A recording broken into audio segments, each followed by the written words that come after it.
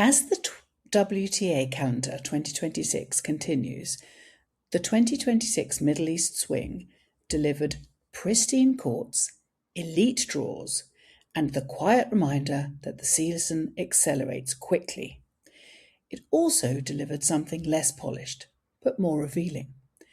30 main draw disruptions across Doha and Dubai, with the second week notably more fragile than the first. This is not controversy, it is context. When the two major WTA 1000 events sit back to back in February, the conversation is not about commitment, it's about architecture. And when the architecture of the calendar supports the long-term sustainability of the women's tennis careers. The WTA calendar in 2026, ambitious, global, and unforgiving. The WTA Tour has never been more ambitious. The calendar spans continents within weeks, moving from Grand Slam intensity in Australia to high-stakes events in the Middle East, before transitioning rapidly to Indian Wells and Miami. For top-ranked players, February is rarely optional. Ranking points must be defended, seeding matters, and momentum matters. For players outside the top tier, early season opportunities can define an entire year.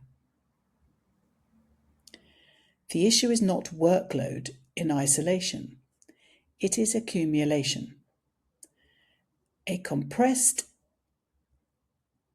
stretch in February becomes more consequential when layered onto January's demands, and when followed immediately by another pair of WTA 1000 tournaments in March. One tournament is effort, a sequence is strain.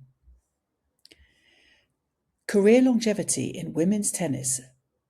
Women's tennis has long celebrated players who could build careers spanning a decade or more.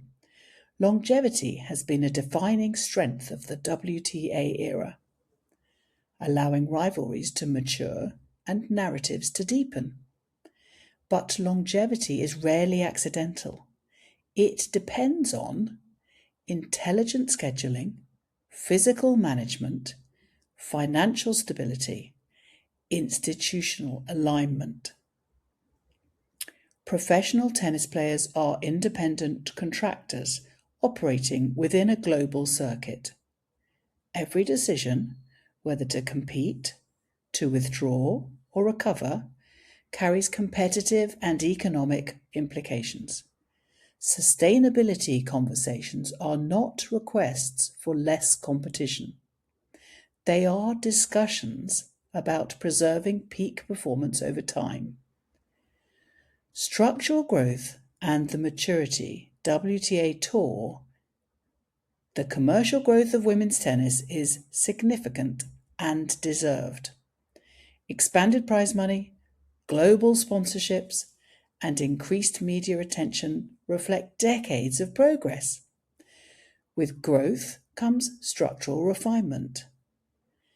As the tour evolves, questions naturally emerge about scheduling, revenue, transparency, and long-term athlete welfare. These are not signals of instability. They are hallmarks of a sport entering a new phase of professional maturity. A system designed for expansion must also be designed for durability. Why sustainable scheduling benefits fans ultimately. Fans ultimately experience the effect of structure on court. Longer careers produce deeper rivalries, higher quality late round matchups, more compelling generational timelines. Durability creates continuity. Continuity builds emotional investment.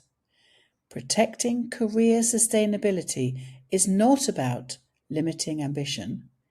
It is about protecting excellence. Women's tennis is thriving. The next evolution lies in ensuring that the architecture beneath that success allows its athletes to compete brilliantly, not just intensely, for years to come.